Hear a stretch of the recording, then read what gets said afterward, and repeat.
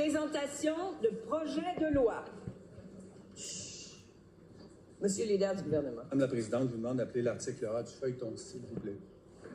À l'article A du feuilleton, Monsieur le ministre de la Sécurité intérieure présente le projet de loi numéro 4, loi sur la communication de renseignements aux fins de protection contre la violence d'un partenaire intime et modifiant diverses dispositions législatives. Monsieur le ministre. Merci beaucoup, Madame la Présidente. Permettez-moi de saluer Mme Rachel Renaud et Nancy Boucher qui sont présentes avec nous aujourd'hui pour ce moment important à cette Assemblée.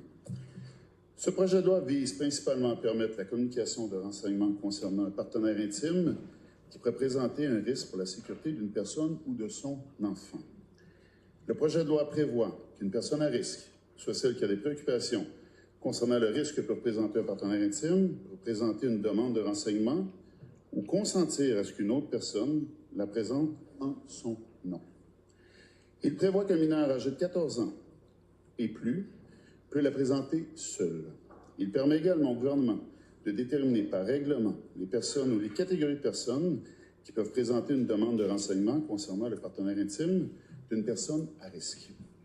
Le projet de loi permet à un membre d'un corps de police ou à une personne travaillant au sein d'un organisme qui offre des services de prévention, d'aide et de soutien, qui a des motifs raisonnables de soupçonner qu'une personne à risque peut bénéficier de la communication de renseignement, de lui fournir des informations sur le processus de demande de renseignement concernant un partenaire intime. Il permet également à un membre d'un corps de police, dans ces mêmes circonstances, de lui révéler des renseignements sur l'identité d'un partenaire intime à l'égard duquel la demande pourrait être présentée. Le projet de loi prévoit que la demande de renseignement doit être transmise à la Sûreté du Québec, qui effectue la recherche des renseignements qui concernent le partenaire intime.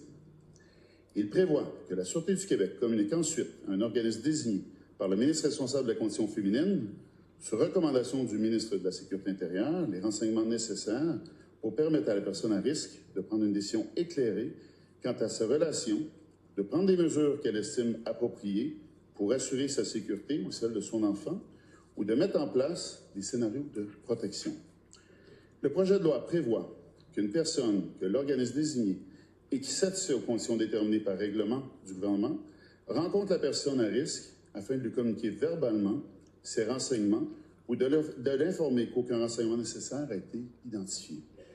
Il prévoit notamment que cette personne peut fournir à la personne à risque de l'information diverse pour l'accompagner et qu'elle peut la diriger vers les ressources spécialisées dans des interventions adaptées à ses besoins. Le projet de loi prévoit aussi des restrictions quant à la communication aux partenaires intimes de l'existence d'une demande et de certains renseignements personnels la concernant, ainsi qu'à la communication et à l'utilisation de ces renseignements reçus.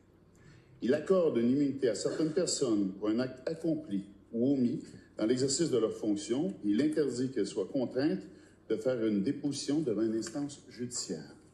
Le projet de loi modifie la loi sur le système correctionnel du Québec afin de revoir certaines dispositions relatives à la communication aux personnes victimes de renseignements concernant les personnes confiées au service correctionnel. Et enfin, le projet de loi prévoit des dispositions pénales et finales. Merci, Mme la Présidente.